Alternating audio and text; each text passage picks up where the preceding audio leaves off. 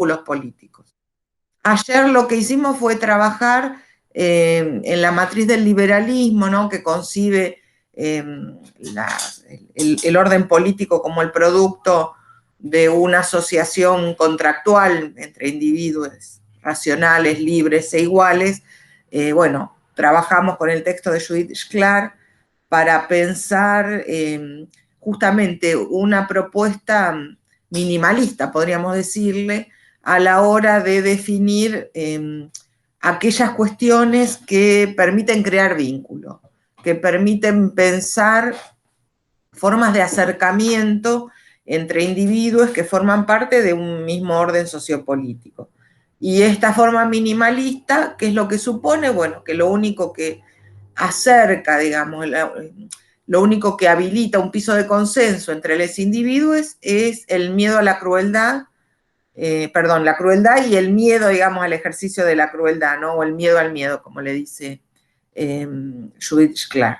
Y bueno, y desagregamos algunas características de este planteo que para mí es muy original, ¿no? Acerca de, bueno, de qué manera en ese esquema minimalista para pensar la construcción de consenso, el liberalismo del miedo se define mucho mejor por la negativa o ofrece muchas más pistas por la negativa para decir, bueno, qué es lo que no hace el liberalismo, a qué no se parece el liberalismo del miedo, que en términos positivos, porque, bueno, el planteo del texto sostiene una idea que es muy interesante, que es que el liberalismo no tiene una idea de sumo bien para proponer, sino más bien una idea de sumo mal, ¿no? Que es estas formas institucionalizadas, podríamos decir, de ejercicio de la crueldad.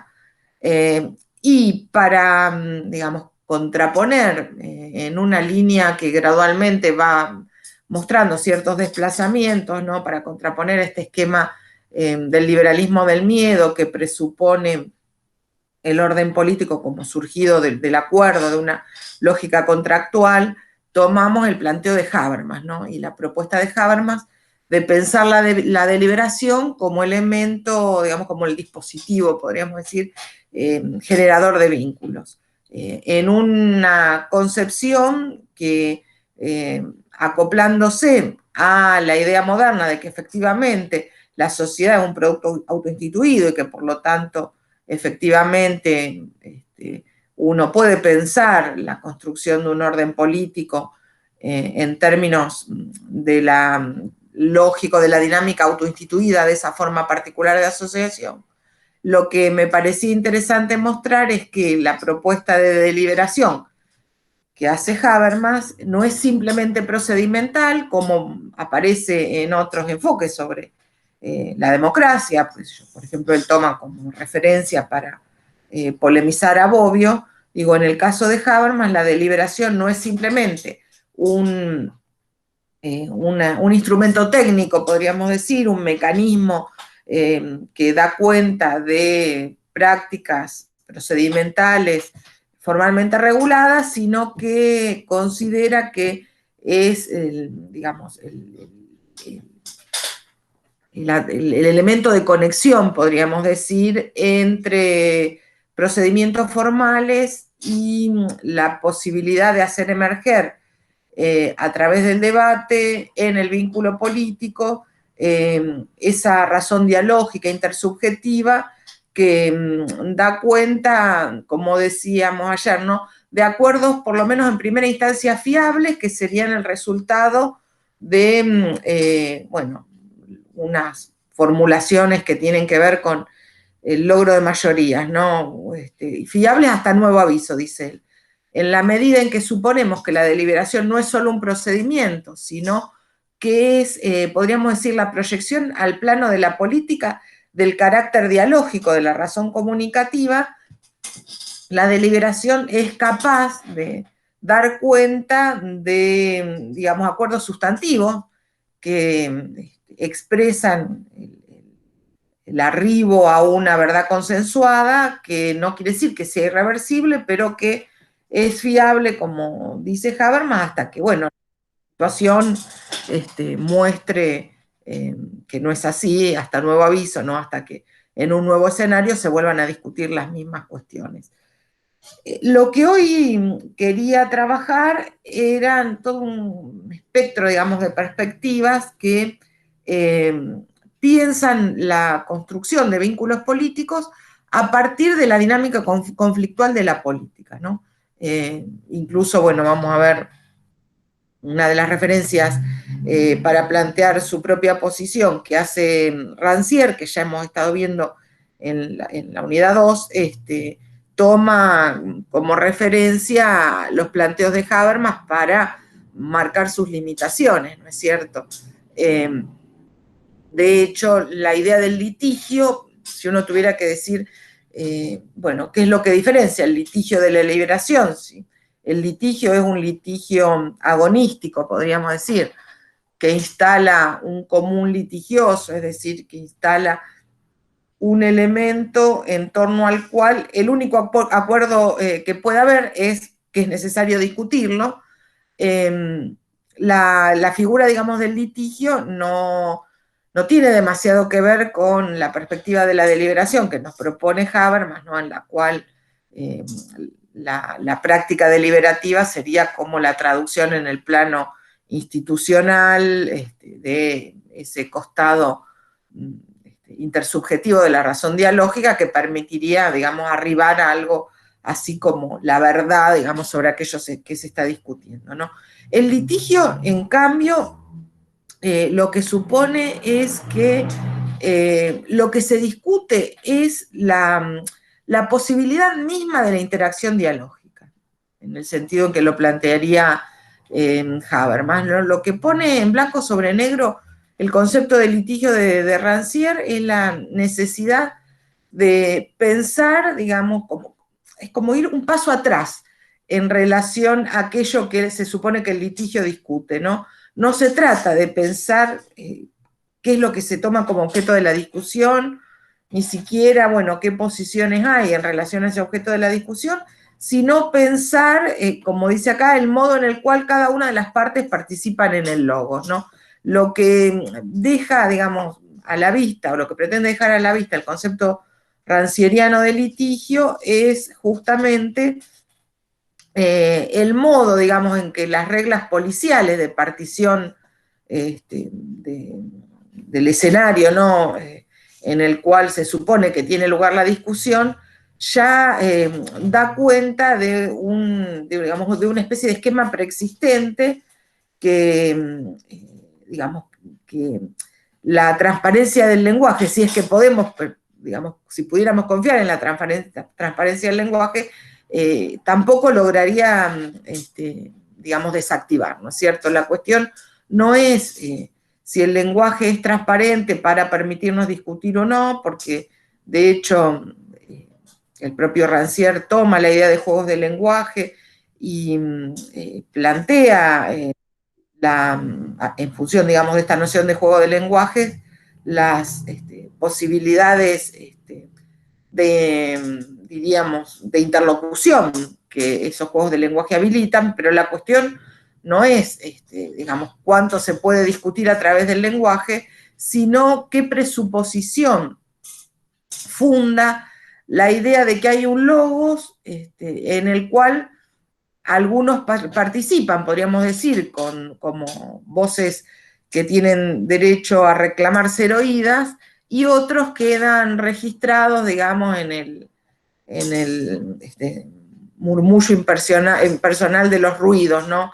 Esa diferencia entre foné y logos que toma del propio Aristóteles. Y la otra cuestión que aparece también en este párrafo con el que introduje el problema del litigio es esta idea de que el litigio funciona con una partición preexistente entre una lengua de los problemas y una lengua de las órdenes, ¿no? La cuestión, digamos, que hay que tratar de explorar a través de la categoría del litigio es el modo en que esa lengua de las órdenes estaría, digamos, invisibilizando una lengua de los problemas, que sería la lengua, digamos, que habilitaría la voz de aquellos que reclaman ser contados en la cuenta, digamos, de la política, ¿no? de aquellos que reclaman participar en el reparto de las partes. La lengua de las órdenes, dice Rancière, es la lengua del que, bueno, produce alguna interpelación y espera, digamos, no es simplemente el hecho de ordenar, de imponer algo, ¿no? Es producir una interpelación y esperar una respuesta adecuada al contenido y a la forma de esa interpelación. Mientras que la lengua de los problemas sería la lengua que permite, digamos, desacomodar ese esquema presupuesto en la lengua que vehiculiza la discusión en el marco de las reglas del orden policial. Entonces, ¿qué elementos, digamos, qué cuestiones hay que tratar de sacar a la luz cuando nos valemos de la categoría de litigio, ¿no? Por un lado, dice Rancière, la, digamos, continua desmultiplicación o desdoblamiento de las personas en relación al modo en que son incluidos en el orden policial, ¿no? El litigio, justamente como lo que pone en discusión es esa partición preexistente, implica un continuo desdoblamiento, descentramiento, podríamos decir, en relación a esas posiciones presupuestas por el orden policial, ¿no? Implica correrse del reparto de las partes establecidas en el esquema policial. Como decíamos la otra vez, que incluso esa es una referencia que aparece en el texto de Rancière, cuando presuponemos, digamos, una mejor policía que las del mundo absolutista o las de los modelos totalitarios, que sería la policía del régimen democrático. Bueno, presuponemos una participación preexistente en la cual, digamos, la lengua de las órdenes es la que, la lengua de las órdenes es la que presupone situaciones de interlocución que replican, por ejemplo, no sé, el esquema de la ciudadanía universal.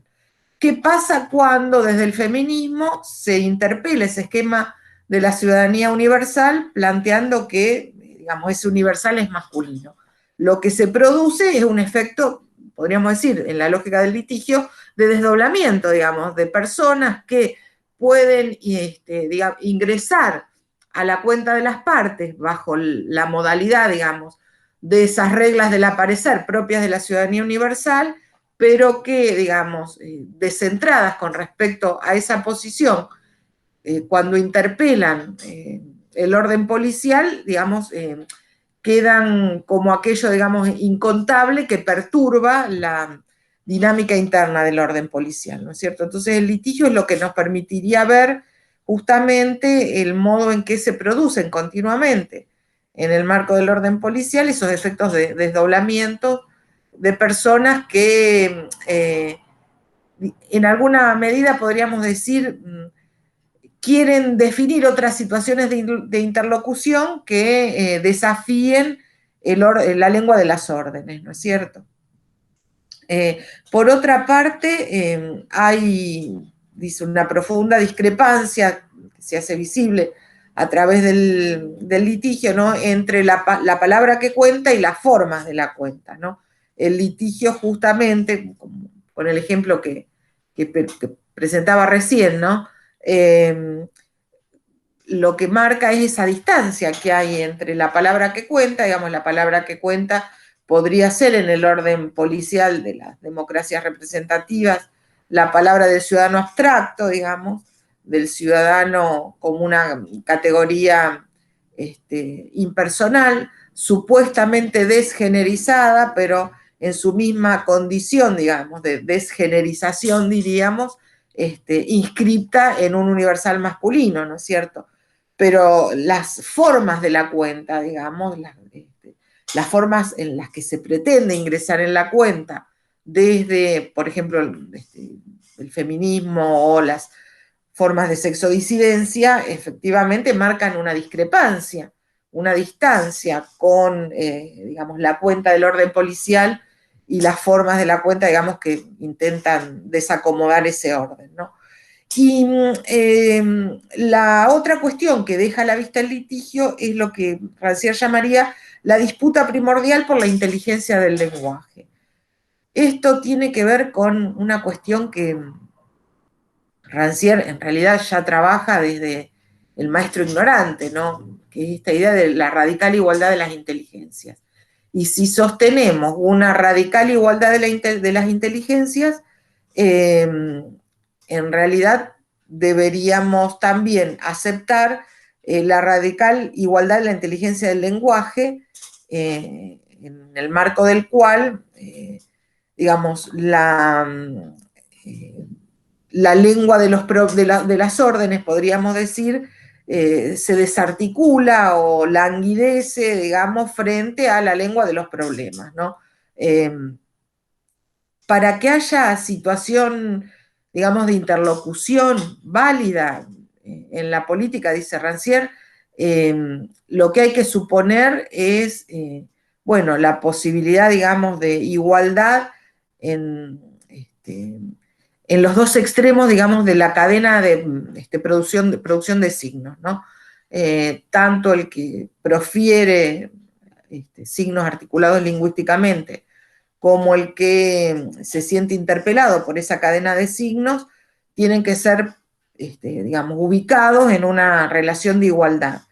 Cuando, digamos, alguien profiere una cadena de signos presuponiendo una forma de partición que anticipa la existencia, digamos, de algunos seres que van a entender lo que esa cadena de signos intenta transmitir, y algunos que no van a poder decodificar, digamos, esa cadena de signos, lo que justamente, digamos, está atravesando la política es, o el orden, digamos, esas formas de interacción, es la lógica del orden policial que presupone jerarquías preestablecidas, ¿no es cierto? El litigio justamente lo que intenta hacer es marcar esa disputa primordial por la inteligencia del lenguaje, ¿no? Una inteligencia radical de la que todos los seres, en tanto seres parlantes, participarían. En el texto, en el capítulo 3, que, digamos, del mismo texto que venimos leyendo, ¿no? Política y desacuerdo, Rancière toma digamos, la fórmula retórica del me comprende cuando alguien hace una aseveración, ¿no? Dice, el me comprende, puesto al final de una aseveración, implica dos cosas. Por un lado, es, digamos, una fórmula retórica que reafirma la lógica de partición entre seres parlantes y seres que solo son portadores no de logos, sino de foné, ¿no? Que solo emiten ruidos. Y por otra parte, en el me comprende, digamos, dirigido al digamos, que se supone que está del lado de la recepción de esa cadena de signos, también, dice Rancière, hay una identificación con una posición de subordinación, ¿no es cierto? Hay una idea acerca de una especie de inteligibilidad lineal del lenguaje, ¿no? Cuando el tipo dice, me comprende, lo que está presuponiendo es, por un lado, digamos, que hay todo un mundo alojado en el mismo orden policial, pero invisible, de seres solo con foné que no van a entender. Pero al mismo tiempo, del lado, digamos, de aquel al cual se interpela con esa frase, lo que se supone es que cualquier, digamos, desajuste en la comunicación recae en la imposibilidad del oyente, diría, ¿no? Rancière, porque, bueno, la inteligibilidad del lenguaje quedaría, digamos, depositada del lado del que profiere esa cadena de signos. A través del litigio, entonces, lo que podemos hacer visible es justamente esa disputa primordial por la inteligencia del lenguaje que permitiría dos cosas. Por un lado, esto, ¿no? Hacer visible ese mundo de seres que supuestamente solo tienen foneinólogos, que están invisibilizados en el orden policial, y por otra parte, habilitar, digamos, situaciones de interlocución en las cuales digamos, el problema de quién comprende no tenga que ver con quién es el portador, digamos, de un discurso transparente, sino con esas posiciones, digamos, confrontadas en relación a un común litigioso que supone la posibilidad de confrontar aseveraciones diferentes e incluso radicalmente opuestas. En este sentido, yo tomé esta referencia que les marcaba antes, ¿no? El intento de desmarcar la propuesta conceptual del litigio que hace Rancière con respecto a los análisis de Habermas. Lo que dice es: no hay duda de que es la desconfianza ante esta desmultiplicación de las personas lo que contraría los esfuerzos hechos por Jürgen Habermas para distinguir la racionalidad argumentativa creadora de comunidad de la simple discusión y armonización de intereses particulares, ¿no? Que esta es una cuestión que también mencionábamos ayer. Se supone para Habermas, ¿no?, que si se generan las condiciones óptimas de intercambio lingüístico que hacen posible que salga a la luz esa dimensión intersubjetiva de la razón dialógica, de alguna manera se va a llegar a algo, digamos, del orden de la verdad en relación a aquello que se discute, y se va a poder dejar de lado lo que de otra manera sería simplemente la puesta en escena de un poder social vehiculizado a través de una contienda agonística, ¿no? Una contienda agonística en la cual los que discuten lo único que están haciendo es tratar de imponer su propia posición. La racionalidad argumentativa sobre la que Habermas deposita tantas expectativas sería aquella racionalidad, digamos, aquella, sí, racionalidad dialógica que se juega en ese intercambio o en esas interacciones intersubjetivas entre sujetos que se reconocen atravesados, digamos, por la misma razón. Lo que dice Rancière es que esta idea, digamos, de desconfianza o desmultiplicación de las personas que hace visible el litigio muestra que ese esfuerzo por diferenciar situaciones óptimas, digamos, de intercambio dialógico, en las cuales se puede pensar el modo en que se pone en juego la razón comunicativa para arribar al orden de la verdad, y la diferencia, ¿no?, entre confrontaciones entre actores que lo único que intentan es reivindicar la cuota de poder social que se juega en esos debates. Digo, esa distinción queda absolutamente, digamos, desvanecida cuando el litigio lo que muestra es, digamos, por un lado, esa tensión constitutiva propia de toda situación de interlocución en la cual, digamos, la inteligencia del lenguaje hace presuponer a algunos actores que, bueno, hay un orden de partición entre seres con logos y seres con foné que no alcanzarían, digamos, a entender lo que esa interacción dialógica pone en movimiento. Y entonces, en este sentido, me parece que hay una idea también muy interesante para pensar la construcción de lazos, de vínculos políticos, que es la idea de comunidad paradójica. Dado que, bueno, lo que, digamos, irrumpe como, digamos, política a través de ese común litigioso, no es una comunidad más plena, autotransparente, un tipo de vínculo orgánico, sino justamente podríamos decir en algún sentido, radical desmultiplicación de esas posiciones de sujetos que se, digamos, configuran en torno al litigio.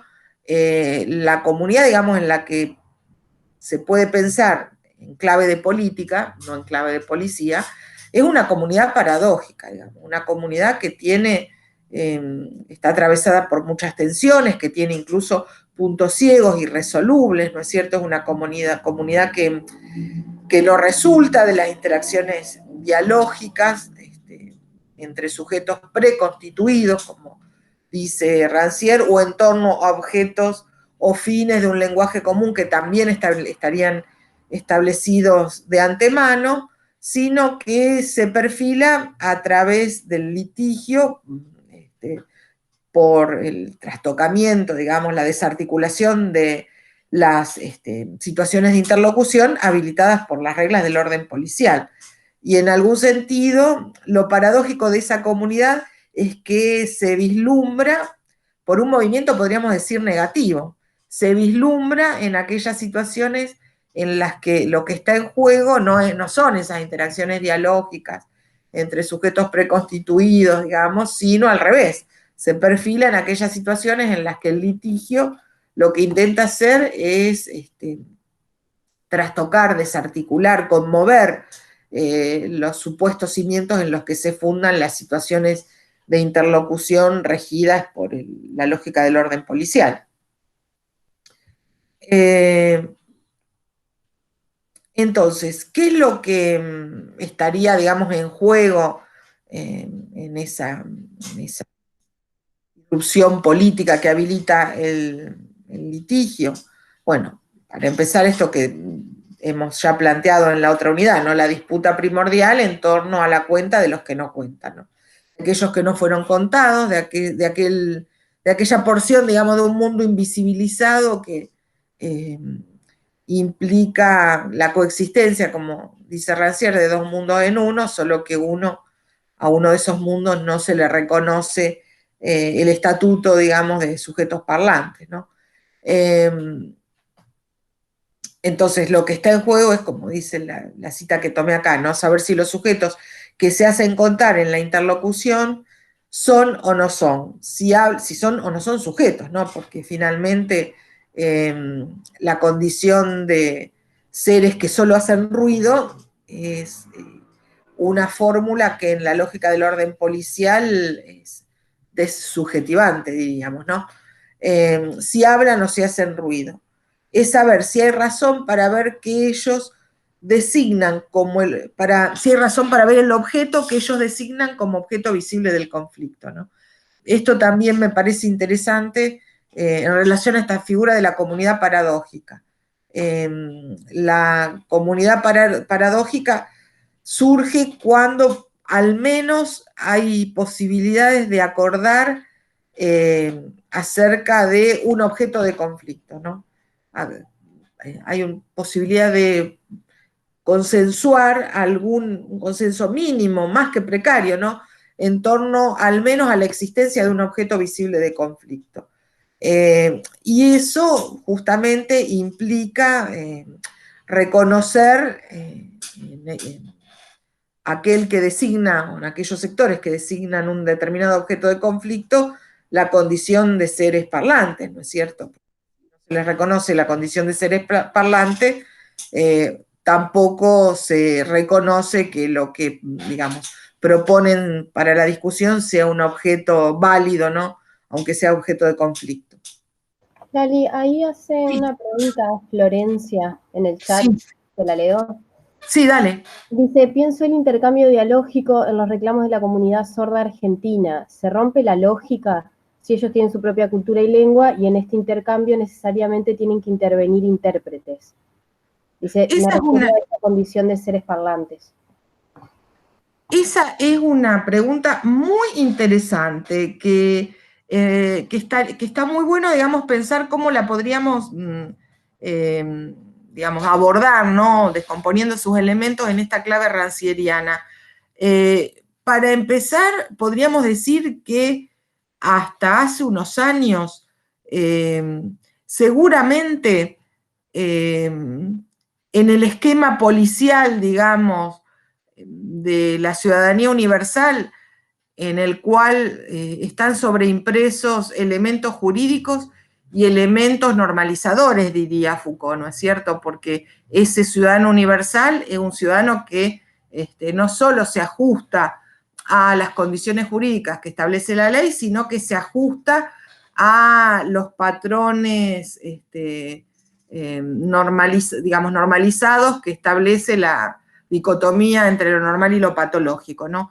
En ese marco yo creo que efectivamente formaban parte de ese sector justamente invisibilizado en relación al cual, tomando estas categorías de análisis, ¿no? El orden policial no definía reglas de visibilidad, ¿no es cierto? El orden policial no tenía reglas para hacer visibles o audibles esas formas, digamos, de plantear incluso situaciones de interlocución en torno a objetos de conflicto, ¿no?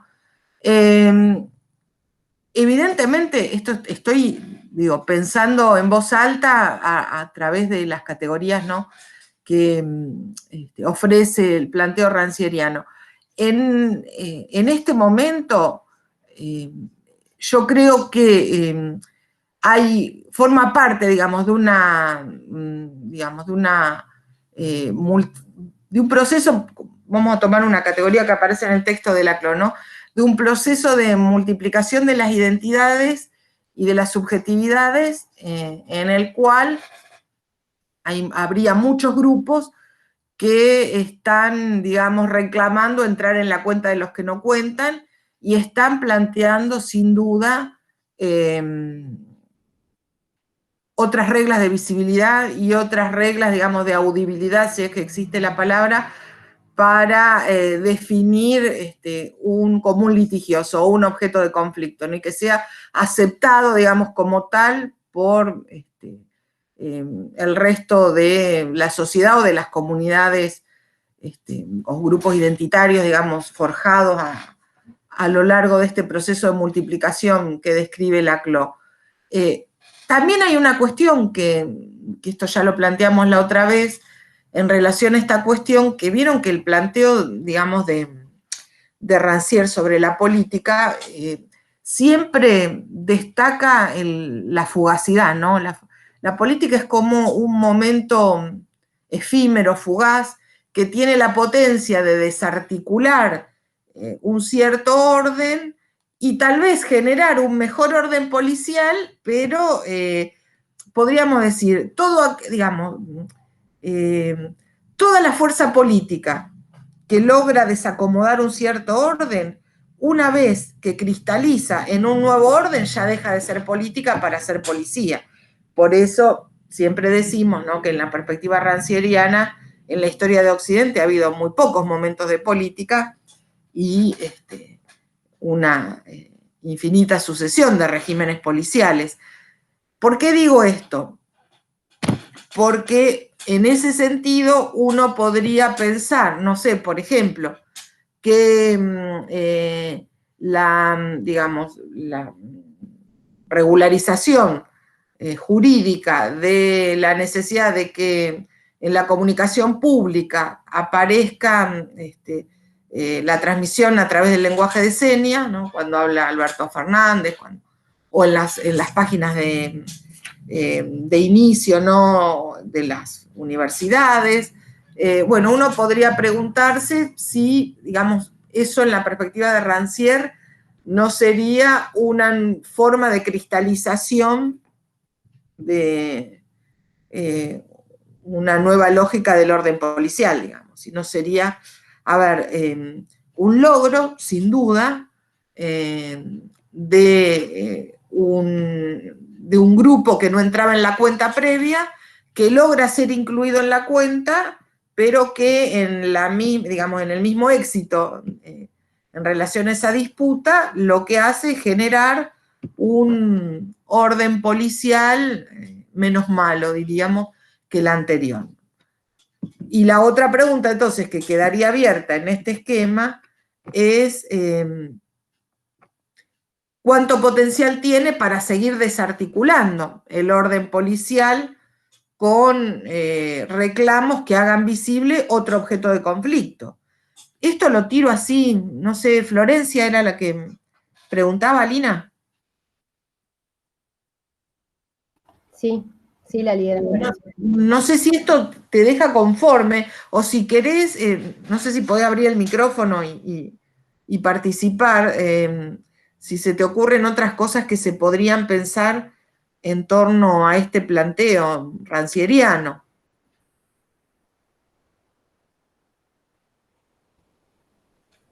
O si responde algo en el chat, te digo, Eh, capaz que no me voy. tiene el micrófono para... A ver, esperen, me fui del...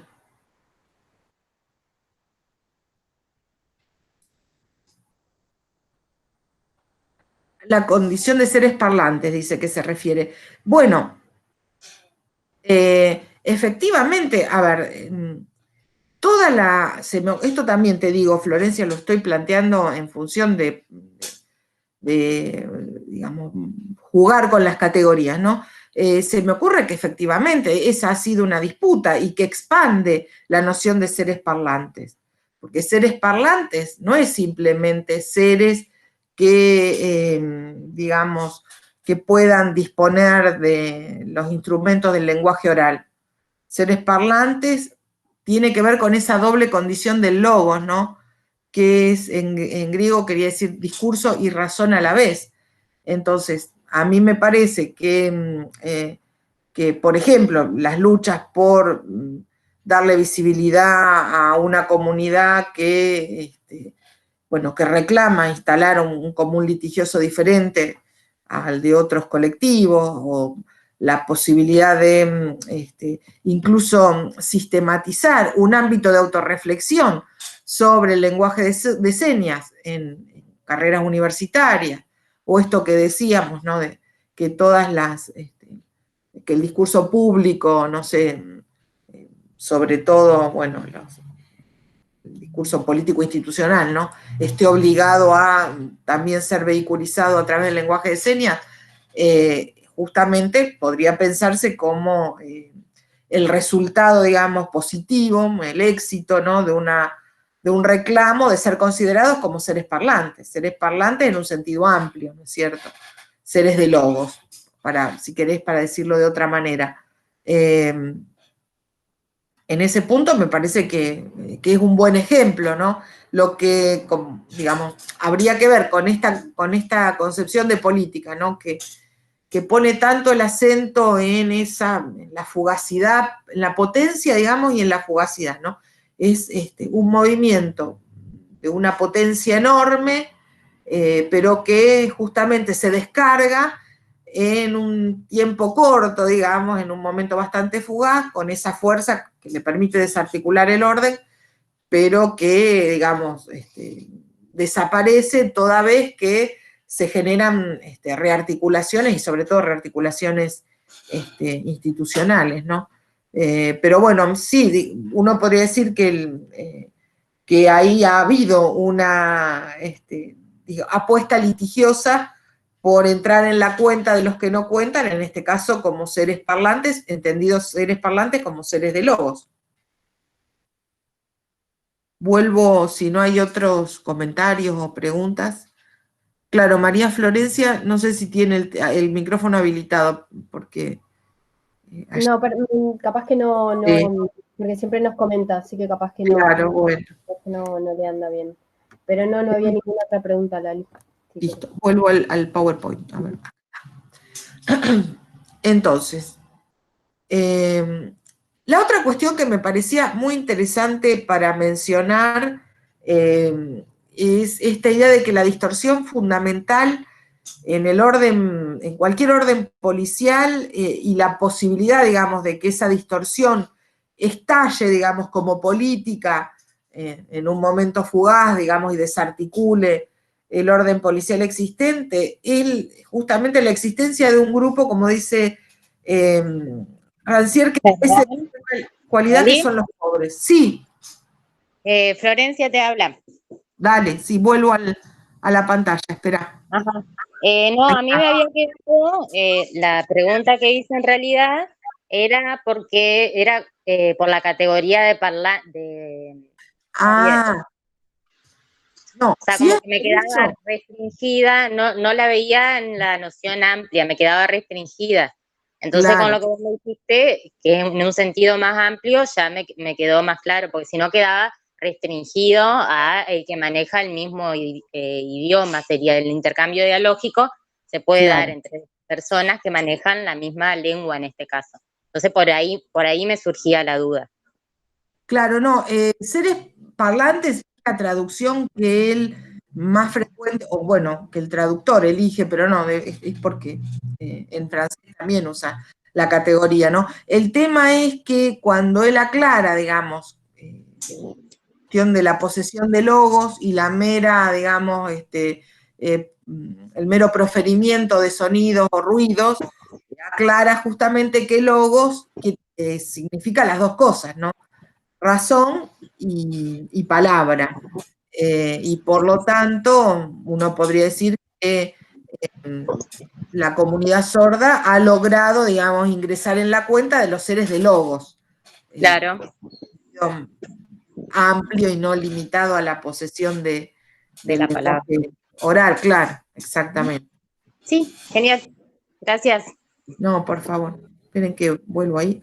Les decía, esta idea me parece muy interesante. Él incluso en un pasaje dice, esto no tiene nada que ver con la lucha de clases, lo que pensó Marx a través de la lucha de clases es otra cosa, porque incluso dice, si el problema fuera el de la distribución de la propiedad, bueno, sería fácil de resolver. Yo no creo que sea tan fácil de resolver, pero entiendo que es un problema distinto el que él se plantea, ¿no? Pobres en el sentido de despojados de cualquier característica, digamos. Justamente no cuentan porque no tienen nada que les sea propio, digamos. Despojados de cualquier característica los vuelve invisibles, digamos. No son desposeídos, digamos. Desposeído podría ser una categoría que, digamos, le dé visibilidad a aquellos que no tienen, qué sé yo, propiedades materiales. Los pobres son aquellos que no carecen de cualquier cualidad. Y por lo tanto, esa carencia de cualquier cualidad que los identifique es lo que los vuelve invisibles para el orden policial que, digamos, establece formas de partición entre, bueno, los que tienen, por ejemplo, ¿no?, logos y los que no lo tienen. Bueno, los pobres asimilables a los que no tienen logos son aquellos que no tienen nada que los identifique, ninguna cualidad que les sea propia, dice Rancière, ¿no? Y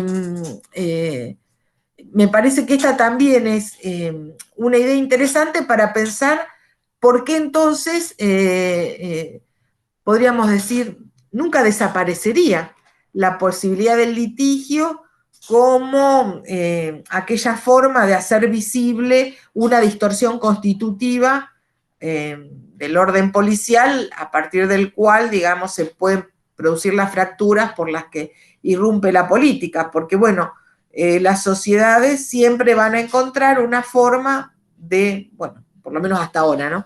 Siempre han encontrado una forma de volver invisibles algunos sectores, considerando que no tienen ninguna cualidad específica que vuelva, digamos, que los vuelva articulables en un colectivo.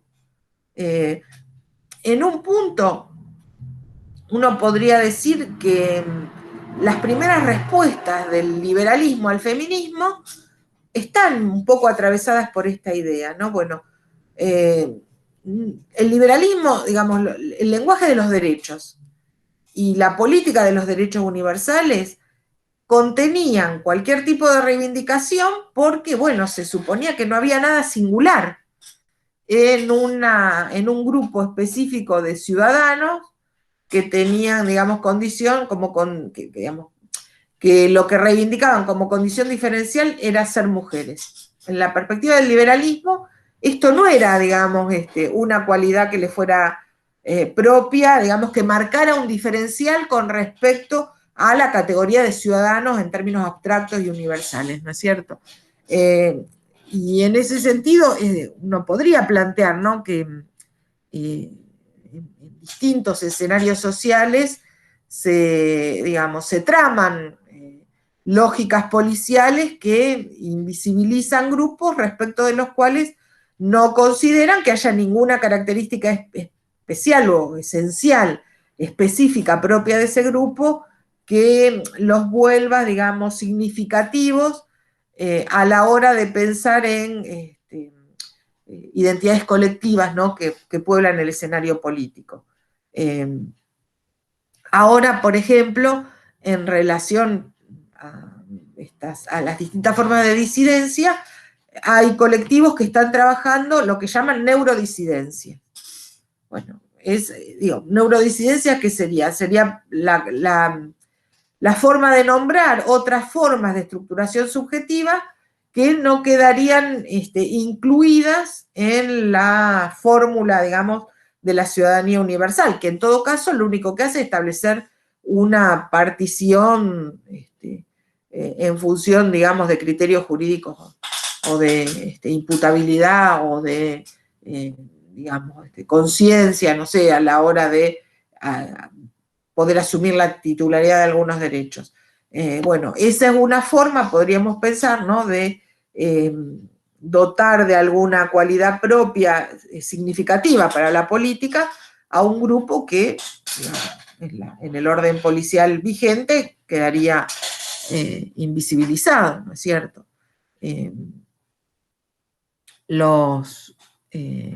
Pensaba, digamos, todo el movimiento piquetero en su momento, podríamos pensar que da cuenta de una particular articulación colectiva que desafía el orden policial porque encuentra que las singularidades que se reconocen o las características que se reconocen como propias, que en su proceso, digamos, de autocomprensión identifican como aquello que los identifica, ¿no?, que los vuelve asimilable a un colectivo, no cuentan para el orden político, ¿no? Entonces, bueno, efectivamente esta idea de pobres me parece que es muy potente, pensada, ¿no?, en términos de un grupo que carece de cualidades específicas para pensar formas de irrupción de colectivos que, bueno, en el esquema policial no contarían como políticos, ¿no?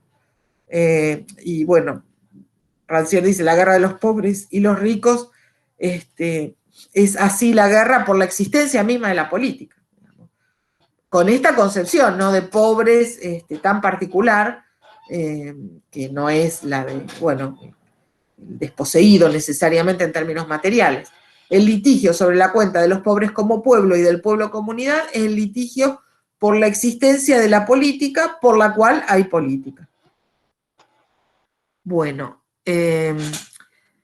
entonces, si tuviéramos que pensar qué es lo que identifica los planteos de Rancière en una, digamos, en un recorte en el cual yo intenté poner a distintos autores que van a trabajar la posibilidad de pensar las articulaciones políticas a partir de alguna forma, digamos, de tensión, de conflicto, ¿no?, de enfrentamiento. Rancière, Laclau, Mouffe, Butler, que son los autores que tomamos para esta clase. Entonces, ¿qué es lo que, digamos, definiría o qué es lo que nos permitiría caracterizar la propuesta de Rancière? Bueno, yo creo que Rancière nos propone un esquema de inteligibilidad de la política que se vuelve, digamos, que funciona a través de esa distorsión primordial, ¿no? Que ilumina la política, que es esta, la de los pobres, digamos, los ricos y los pobres, pero por la vía metafórica. ¿Y qué quiero decir por la vía metafórica, digamos? Por una vía, como dice acá, no en esta frase, la metáfora es algo que hace ver una cosa en otra.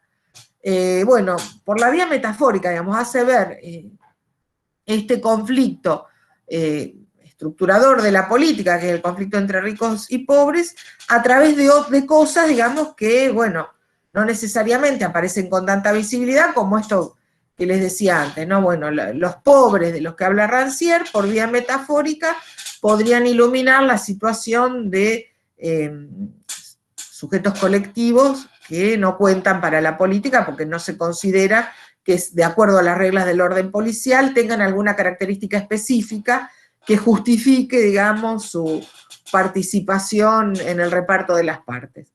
Y además una cosa interesante porque lo que dice Rancière es que en general la argumentación y la metáfora siempre funcionaron juntos, siempre tuvieron comunidad, dice. Ahora nos parece que, bueno, que la metáfora quedó del lado de la literatura o la ficción y la argumentación del lado de la filosofía, las ciencias sociales, la política, etc. Pero, dice, en realidad siempre tuvieron puntos en común, ¿no? Y por otra parte, también me parece que en este planteo, ¿no?, en el cual ese esquema de inteligibilidad estructurado en torno a los pobres y los ricos, los que solo tienen foné y los que tienen logos, ¿no?, que ilumina, como decía, por vía metafórica, muchas lógicas de partición que invisibilizan a grupos singulares, ¿no? También me parece que, por un lado, digamos, intenta pensar la política, o los puntos de irrupción, digamos, de la política, por afuera, digamos, de esas concepciones que suponen que hay como un espacio unificado en el cual confluyen las luchas y que a eso es a lo que podríamos llamar luchas políticas. Y por otra parte tampoco se asientan en un umbral sociológico, digamos. Estos pobres de la antinomia ricos y pobres que plantea Rancière, tal vez no siempre son registrables sociológicamente, por lo menos no a simple vista, ¿no? En todo caso, son grupos que reclaman un lugar en ese, digamos, esquema de reparto de posiciones que nos proponen la política, las ciencias sociales, la sociología, la politología, etcétera, ¿no? Esta es una cuestión también interesante, digamos, estamos trabajando con una categoría que no tiene una correspondencia mecánica con actores identificables en un escenario, digamos, sociológicamente descripto, o que en todo caso desafían las categorías de las ciencias sociales o las ciencias humanas, digamos, las categorías tradicionales de las ciencias humanas o las ciencias sociales a la hora de reclamar visibilidad, ¿no? Digamos, con el instrumental clásico de la sociología no adquirirían visibilidad. En el caso de la Chloe Mouffe, que es lo que vamos a empezar a ver ahora, también, digamos, hay una idea de rechazo, ¿no?, en torno a la posibilidad de pensar que las luchas políticas confluyen en un espacio unificado, pero al mismo tiempo, al analizar la irrupción, digamos, de la lucha política a través de una categoría politológica, como dice Laclau, que es la de demanda, para Laclau la demanda es la unidad mínima del análisis politológico, se conecta con una con una dimensión sociológica, ¿no?, que vuelve visibles las carencias en relación a las cuales se producen esas demandas. Incluso en un sentido amplio, ¿no es cierto? Podría ser, no sé, carencia de representatividad en relación a cuestiones sexogenéricas, pero digo, en el esquema conceptual que arman Laclau y Mouffe, la categoría politológica de demanda, digamos, es un elemento de mediación, digamos, para captar, digamos, en la dimensión sociológica, a qué segmento, digamos, en relación a qué segmento es posible hacer visible la demanda. Bueno, entonces, digamos, planteada esta diferencia de base, ¿no?, en el punto de partida, me interesaba trabajar algunas cuestiones aparecen en el capítulo de Hegemonía y Estrategia Socialista que teníamos para hoy. No sé si hasta acá tienen alguna pregunta, algún comentario. Si no, seguimos. Y después juntamos todas las inquietudes al final. Bueno, entonces,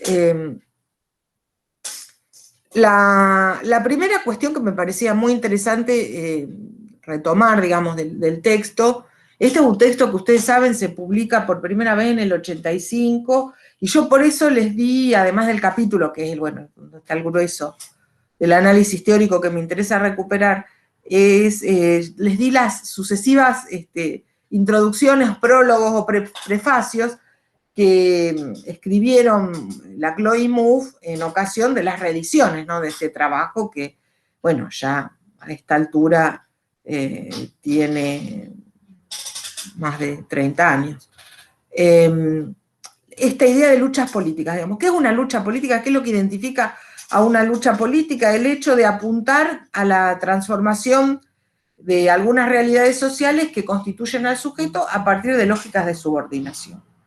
Es decir, una lucha es política cuando tiende, digamos, apunta a modificar esas realidades que, digamos, producen subjetivación a partir de estos esquemas de subordinación, ¿no es cierto? Y por lo tanto, política es la actividad, digamos, de definición y articulación de una realidad social ligada, ¿no?, a estas lógicas de subordinación, en un campo, como dice en Laclau y Mouffe, minado de antagonismo. Un campo que está atravesado por una lógica de tensión, de conflicto, ¿no?, de confrontación.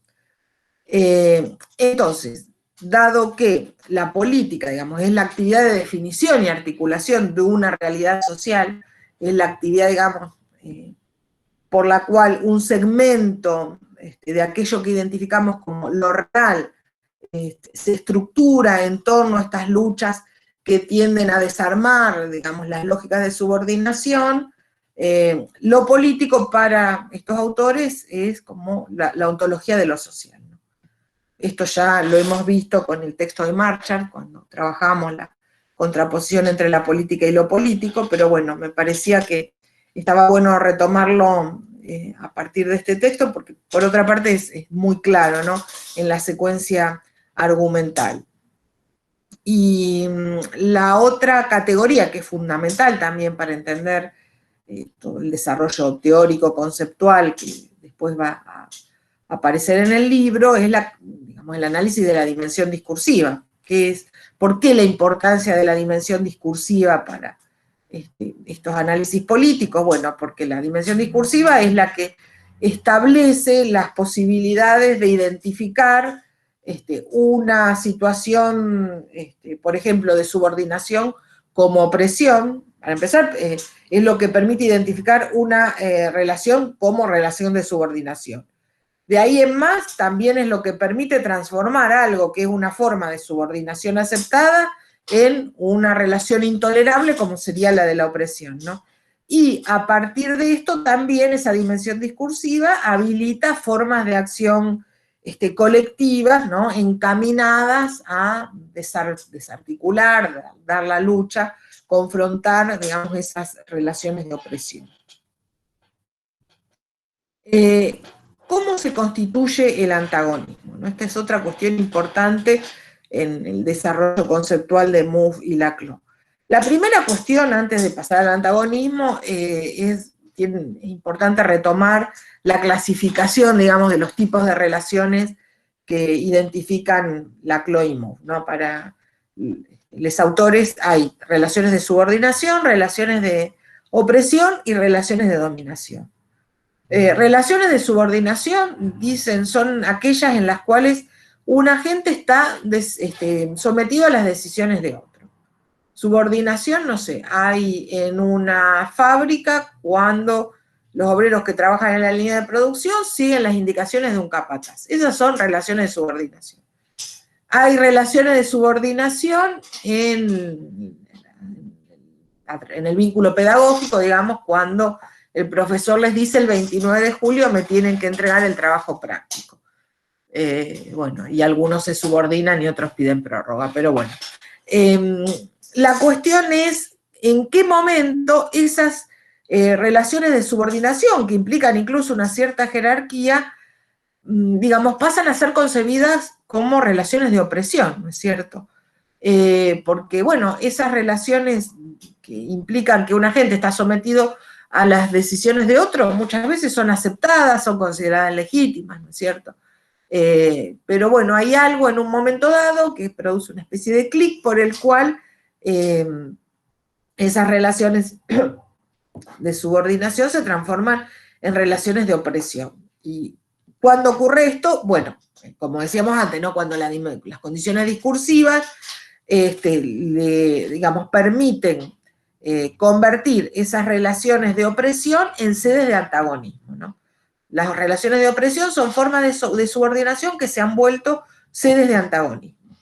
Y en el marco general del planteo de Laclau y Mouffe, no hay sedes privilegiadas de antagonismo, como hemos dicho ya muchas veces, sino que, bueno, hay muchas relaciones de subordinación que han dado lugar a antagonismos y entonces han visibilizado en ese tipo de relaciones no subordinación, sino opresión.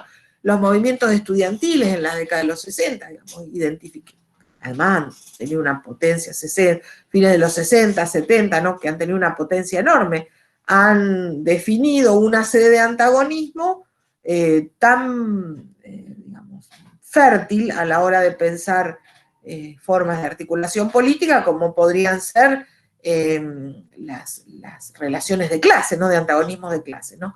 Que de hecho, justamente, como ustedes recordarán, todo el argumento de la Chloe Mouffe lo que intenta poner en situación de visibilidad es digamos, la inadecuación del análisis marxista, que supone que hay sedes privilegiadas del antagonismo que fundamentalmente giran en torno a la clase, ¿no?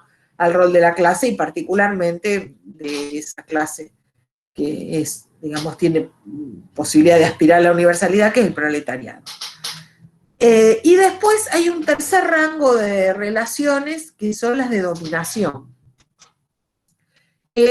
Son formas de subordinación que los agentes no consideran opresivas, pero que, digamos, vistas desde afuera, son consideradas ilegítimas, ¿no? Los agentes exteriores a la relación las considerarían ilegítimas, bueno, entre otras cuestiones porque podrían ver opresión, ¿no? En esas formas de subordinación no cuestionadas por quienes las viven, podríamos decir, ¿no? Esta es una categoría muy importante para pensar el rol de las vanguardias, por ejemplo, o la concepción, digamos, ideológica, ¿no? En términos de falsa conciencia. Bueno, hay falsa conciencia cuando efectivamente los agentes no tienen una clara percepción de la situación de dominación en la que se encuentran. Y la cuestión de las vanguardias está íntimamente ligada con esto, ¿no? Porque, bueno, la vanguardia sería aquel sector o de la clase, o externo a la clase, que tiene la capacidad de identificar en esas situaciones condiciones opresivas, ¿no es cierto? Lo que, digamos, le interesa marcar a la Chloe Mouffe en relación a las relaciones de opresión y el surgimiento de antagonismos, sobre todo en la modernidad, tiene que ver con la cristalización, diríamos la sedimentación, cristalización, de un discurso democrático como condición discursiva imprescindible para pensar no solo como a partir claramente de la Revolución Francesa, que es el ejemplo que ponen como disparador, ¿no es cierto?, los autores, sino en general como a partir de ahí digamos, están dadas las condiciones discursivas necesarias para que a lo largo del tiempo distintas relaciones de subordinación sean leídas en clave de opresión, ¿no? Dicen los autores. Solo a partir del momento en que el discurso democrático va a estar disponible para articular las diversas formas de resistencia a la subordinación, que existirán las condiciones que harán posible la lucha contra las diferentes formas de desigualdad. Entonces, ¿qué serían los antagonismos? Digamos, la primera definición que aparece en uno de los tantos prólogos, ahora no me acuerdo cuál, es que los antagonismos son las relaciones que expresan los límites de toda objetividad, ¿no? Si el discurso, esta es otra cuestión que me olvidé de plantear, si la cuestión discursiva es la que define las condiciones de objetividad, condiciones y las posibilidades de objetividad, digamos, la dimensión discursiva es la que construye discursivamente las condiciones de objetividad, el antagonismo digamos, da cuenta de ese tipo de relaciones que expresan los límites de toda objetividad. Toda objetividad que se construye, por otra parte, discursivamente, tiene límites, ¿no? Y son los antagonismos los que marcan, digamos, dramáticamente los límites de esas formas de objetividad construidas discursivamente. Entonces, para trabajar los antagonismos, ¿qué cuestiones hay que considerar? Primera cuestión, un exterior que es discursivo, siempre es discursivo, ¿no es cierto? En este caso, podríamos decir el discurso democrático, retomando esta figura, ¿no?, que había introducido en la Filmina anterior, digamos, el discurso democrático sería el exterior discursivo que permite, por ejemplo, que las situaciones asimétricas, jerarquizantes, ¿no?, al interior de la familia que produce el patriarcado sean, digamos, visualizadas como antagonismo, es decir, como sedes, como relaciones de opresión en relación a las cuales se pueden disparar estas formas de confrontación, ¿no? Entonces, requieren un exterior discursivo, en general para toda la modernidad, para el momento en que están escribiendo la Chloe Mouffe y reeditando, porque la última reedición, si no me equivoco, es de 2005, ese exterior discursivo estaría marcado por el discurso democrático o el lenguaje de los derechos. Por otra parte, la otra cuestión que hay que considerar es la exterioridad recíproca que se gesta entre las posiciones diferenciadas que se dan en las relaciones de subordinación, ¿no? Para que haya antagonismo, digamos, esas posiciones diferenciadas en la subordinación, la lógica de subordinación, tienen que tener una relación de exterioridad recíproca.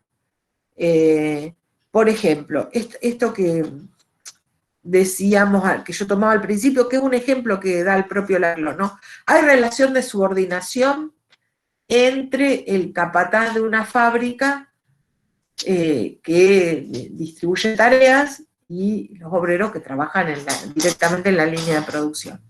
Ahora, solo en circunstancias muy particulares uno podría decir que hay una exterioridad recíproca entre la posición del capataz y la posición, digamos, de los trabajadores, al punto de habilitar, digamos, que esas relaciones sean leídas en clave de opresión y que engendren antagonismos radicales, ¿no es cierto?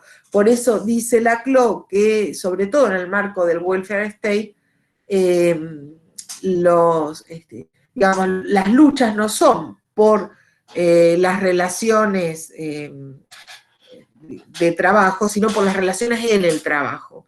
Digamos, no es que las modificaciones que se pretenden en el marco de la lógica welfarista, digamos, cuestionen las relaciones laborales de manera radical, digamos, y bueno, desafíen desde la lógica de la propiedad privada hasta, bueno, la consecuencia, ¿no?, de esta lógica, que es la partición de un mundo entre trabajadores expropiados, que, digamos, tienen que entregar una porción de su trabajo gratuitamente a los propietarios de los medios de producción, sino que la mayoría de las luchas tienen que ver con condiciones de trabajo en la fábrica.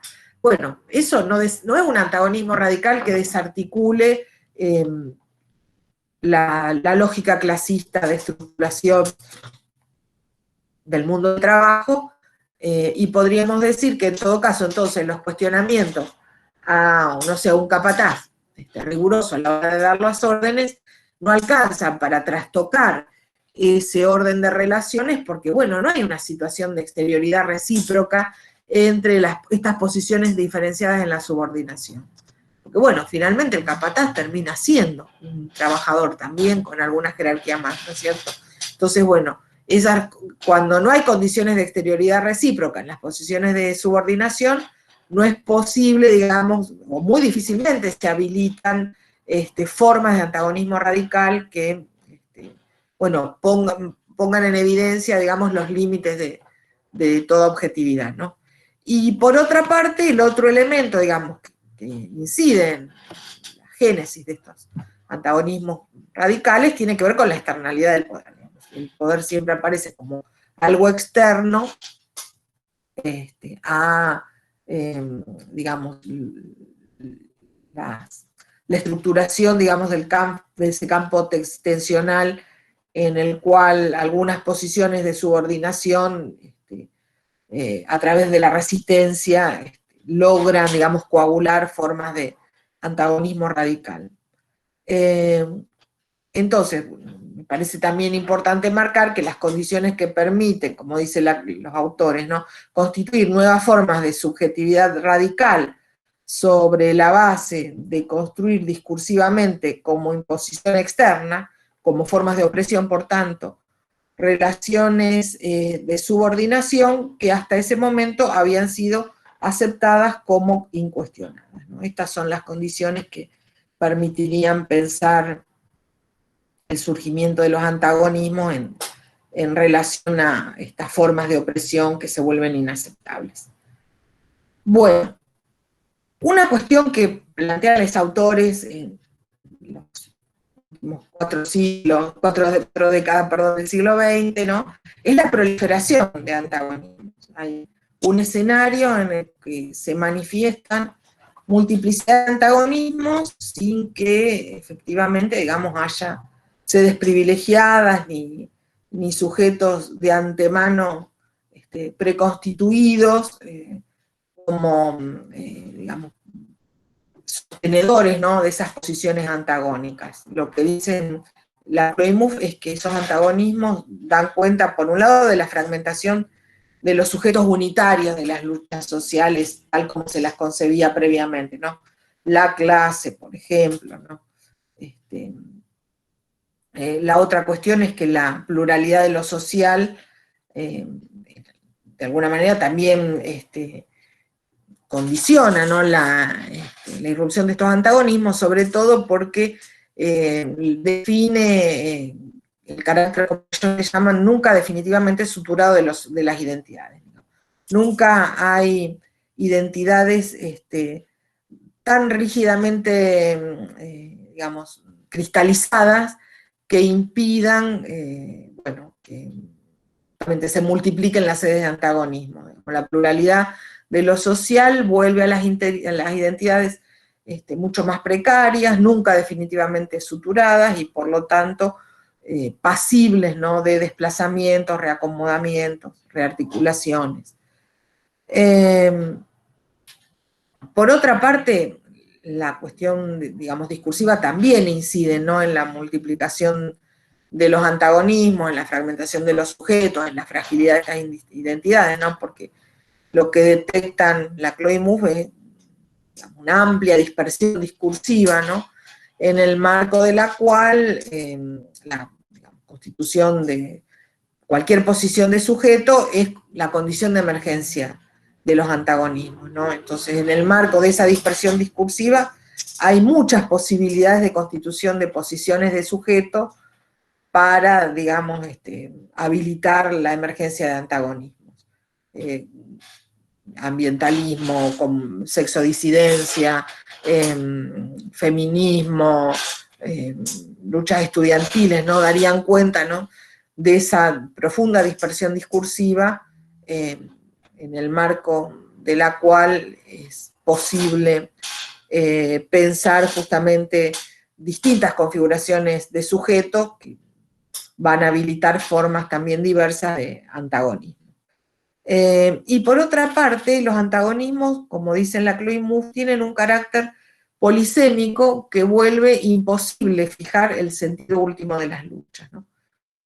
Todo antagonismo, dicen los autores, librado a sí mismo, es un significante flotante, un antagonismo salvaje, que no predetermina la forma en que puede ser articulado en otros elementos de una formación social.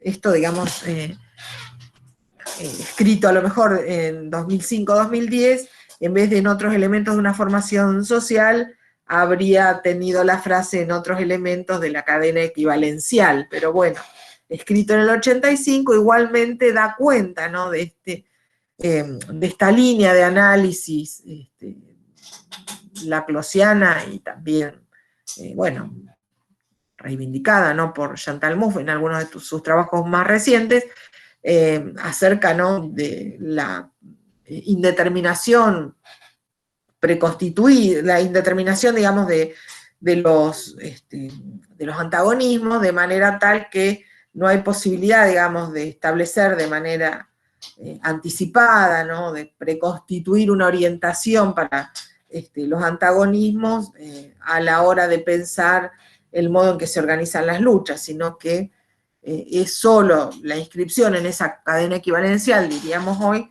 lo que define las posibilidades estratégicas de un determinado antagonismo. Bueno, sigo un ratito más. Yo pensé que iba a poder hacer, bueno, una clase más corta, pero la verdad no sé si va a poder hacer una clase más corta. Vemos a ver hasta dónde llego a las 3:15 y si no hacemos una pausa. La otra categoría fundamental, entonces, para entender justamente de qué manera estos antagonismos salvajes, ¿no?, indeterminados, en el momento de su irrupción pueden cobrar un determinado sentido en función de la cadena equivalencial, diríamos hoy, en la que se articulan. La categoría fundamental para explorar estas prácticas articuladoras, ¿no?, es la de hegemonía. En definitiva, digamos, el sentido de una determinada articulación hegemónica lo que va a definir las posibilidades políticas concretas, ¿no?, de un antagonismo singular.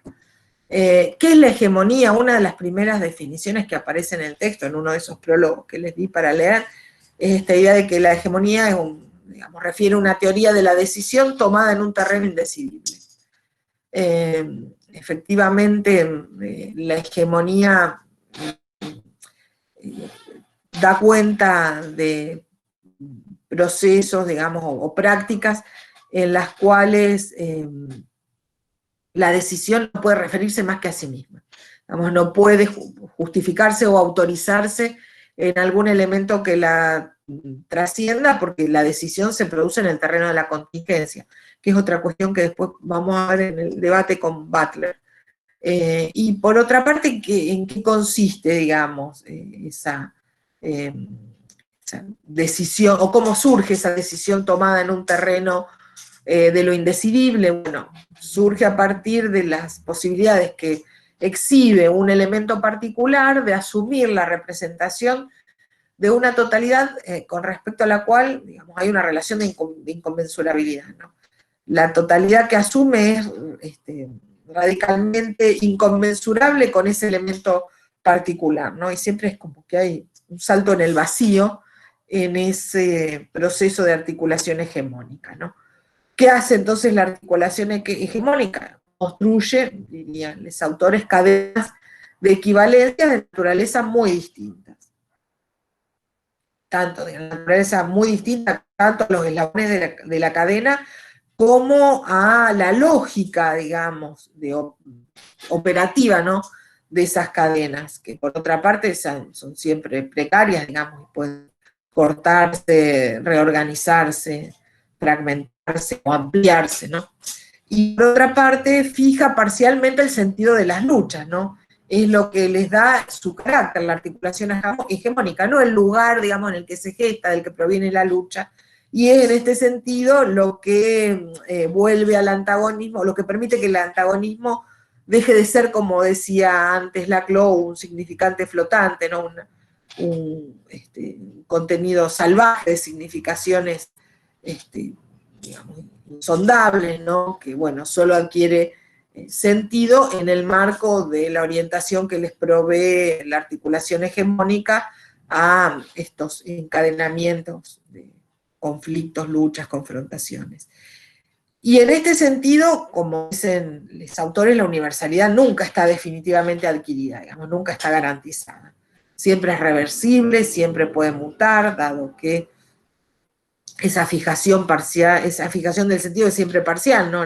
Esa fijación de sentido a la que procede la articulación hegemónica es siempre parcial, precaria, surge de las posibilidades siempre limitadas, ¿no?, de un eslabón particular de la cadena, de asumir la representación de una totalidad que le es completamente inconmensurable, ajena, ¿no es cierto? Por lo tanto, siempre es posible que esa representación de la totalidad, esa universalidad, mute, se modifique, se altere, ¿no? Es siempre reversible. Y en este sentido hay, digamos, las posibilidades de articulación hegemónica nunca, como dicen los autores, nunca está completamente predeterminada. De hecho, en el momento en que ellos están escribiendo, lo que dicen es que hay efectivamente un triunfo visible, ¿no?, de una articulación hegemónica liberal conservadora.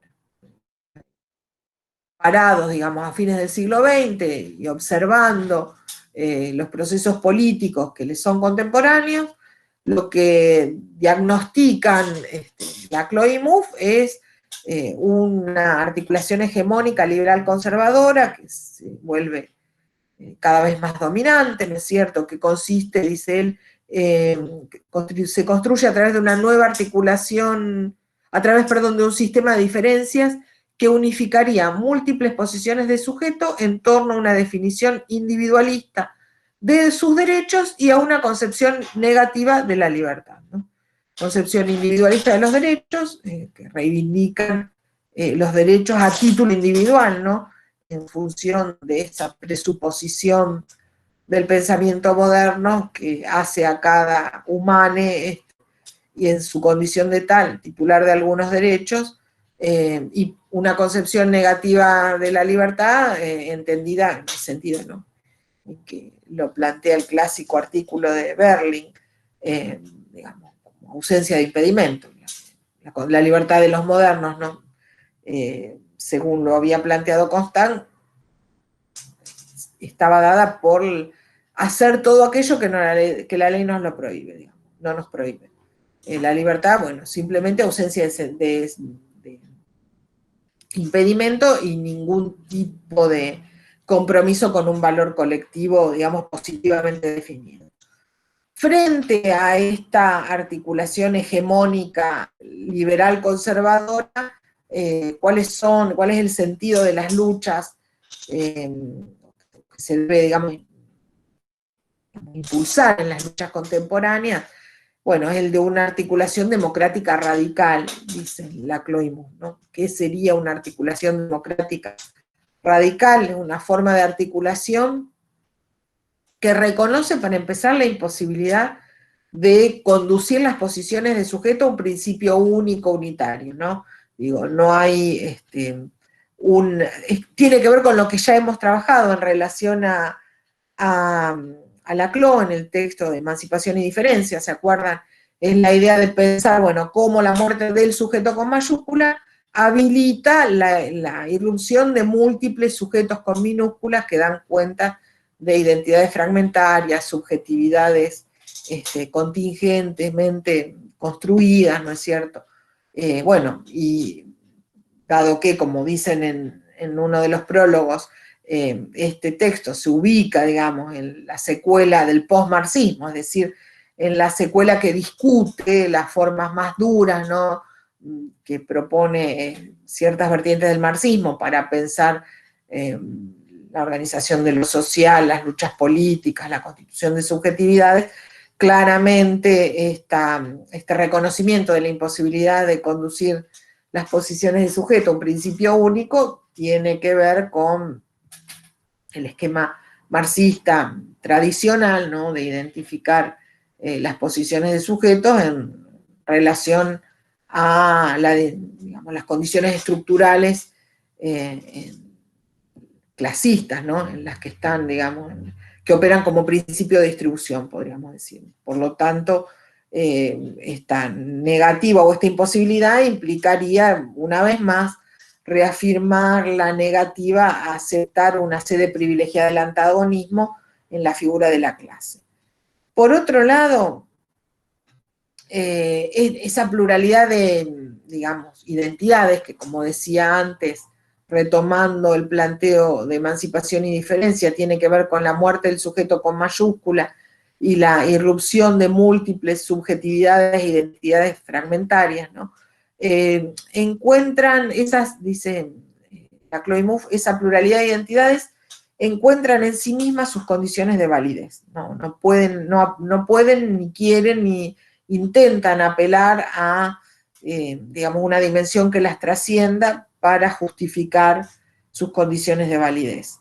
Esta articulación democrática radical, por otra parte, implica una expansión enorme del campo de las luchas democráticas al conjunto de la sociedad civil y el Estado, ¿no?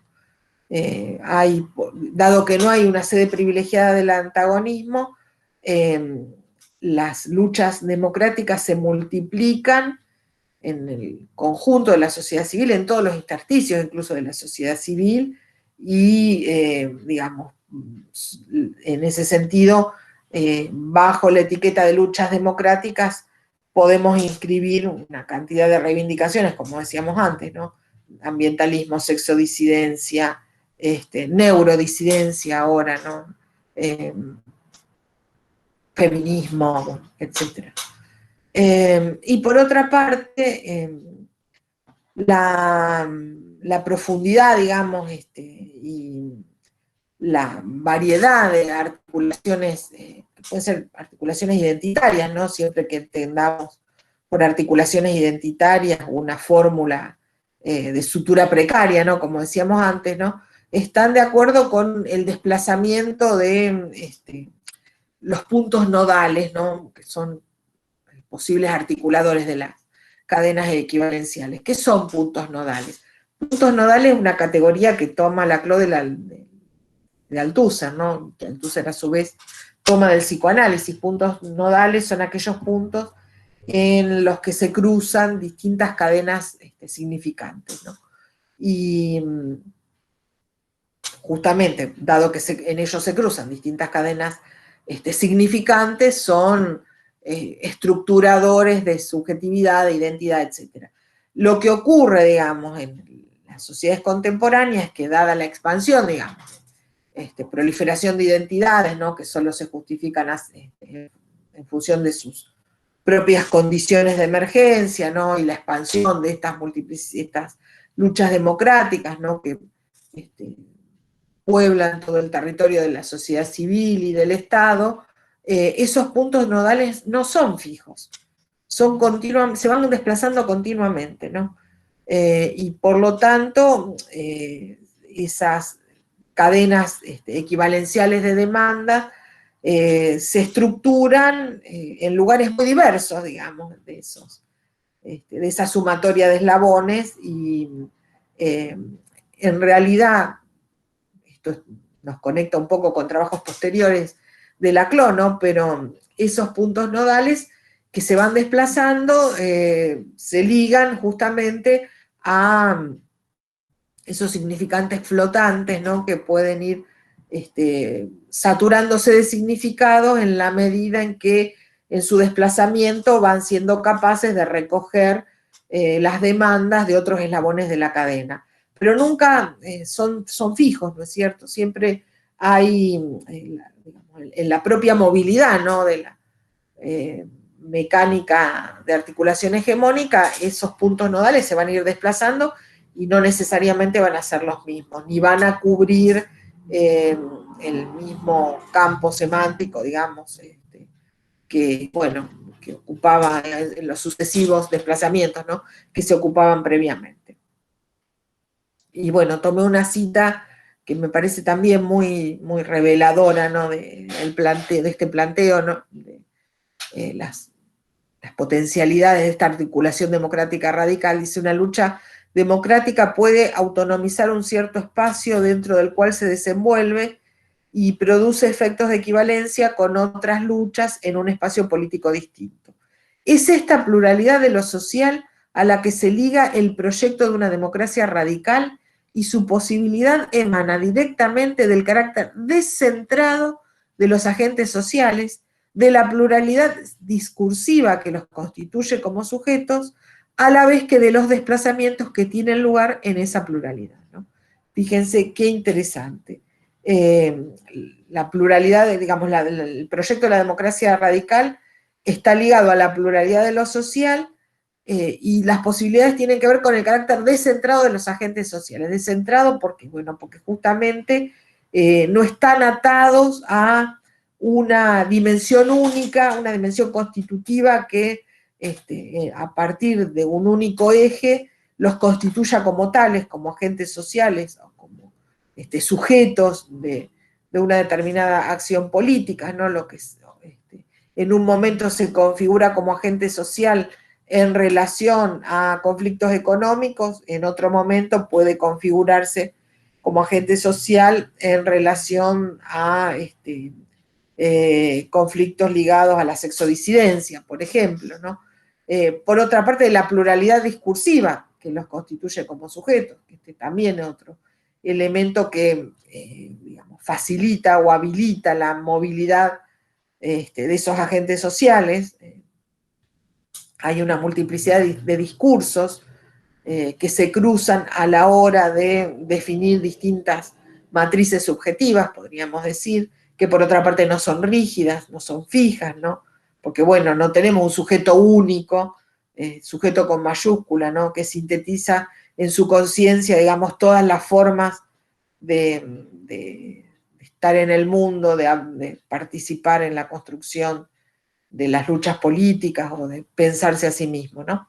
Y por otra parte, esos desplazamientos tienen lugar en el marco de una pluralidad social muy marcada que, bueno, que también, digamos, va mutando continuamente y en el marco de la cual, digamos, cualquier articulación hegemónica es, bueno, precaria, contingente, transitoria, ¿no?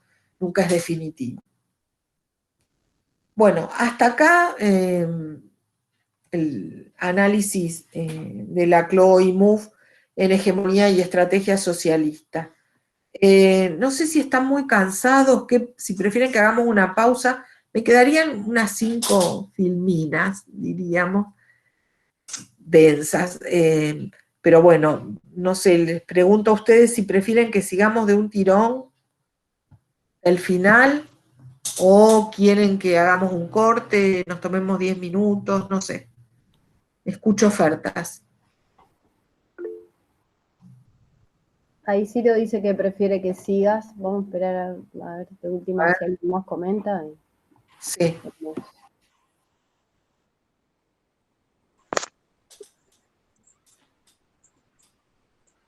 Igual hasta acá, no sé si tienen alguna pregunta, quieren hacer alguna intervención o tienen algún comentario, podemos hacer.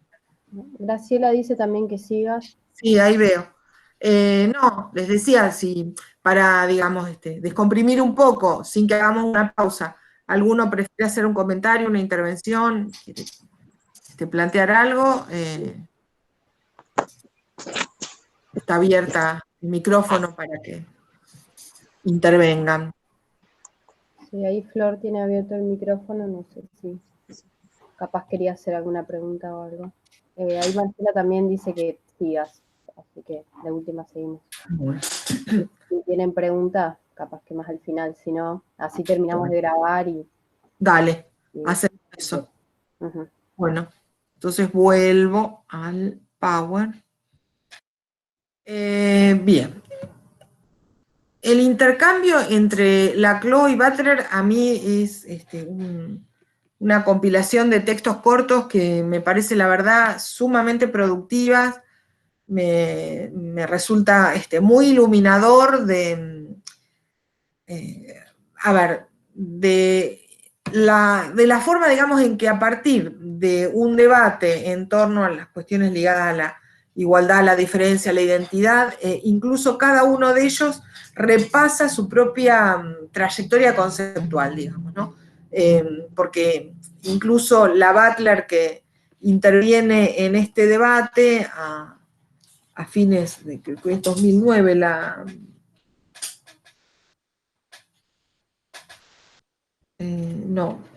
publicación en español es 2008, es 2004 en la aparición en inglés, ¿no? Y pensaba que efectivamente ya es una Butler que ha revisado incluso sus propios planteos en torno a la perspectiva de género, al feminismo, al posfeminismo, ¿no? Y una Butler que empieza a escribir sobre temas, obviamente ligados al feminismo, pero con unos cruces y unas articulaciones muy interesantes, ¿no? Que dan cuenta de lo que la otra vez yo les había planteado cuando trabajamos género y decolonialidad, una Butler para la cual la universalidad aparece como problema, ¿en qué términos? En los términos, digamos, de las posibilidades de generar cadenas de articulaciones cada vez más amplias, digamos. Por un lado, Butler dice algo así como que la tarea del teórico, y más de una teórica del feminismo, es una tarea como de traducción cultural. ¿Y traducción cultural qué quiere decir? No simplemente, digamos, no es pensar el modo en que se vuelven comunicables contenidos entre culturas radicalmente diferentes, digo, no es explicarle a un chino que se entiende por feminismo, sino, digamos, es pensar en configuraciones simbólicas más acotadas, pero en las relaciones entre las cuales hay que pensar en formas de traducción o de decodificación que, bueno, vuelvan posible, digamos, el diálogo en torno a lo mejor a problemas que parecen similares en cada una de esas configuraciones culturales, pero que son tratados de diferente manera, ¿no?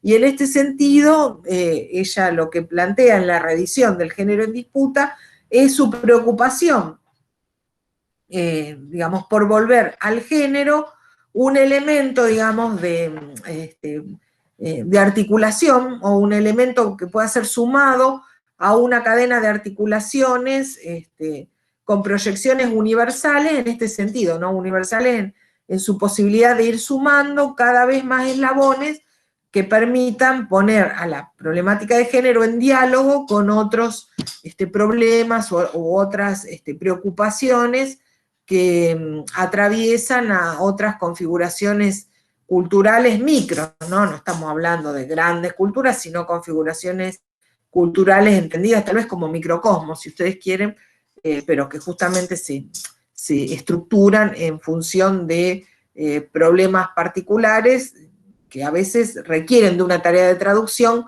para admitir el diálogo con otros microcosmos que están discutiendo otras cuestiones, ¿no?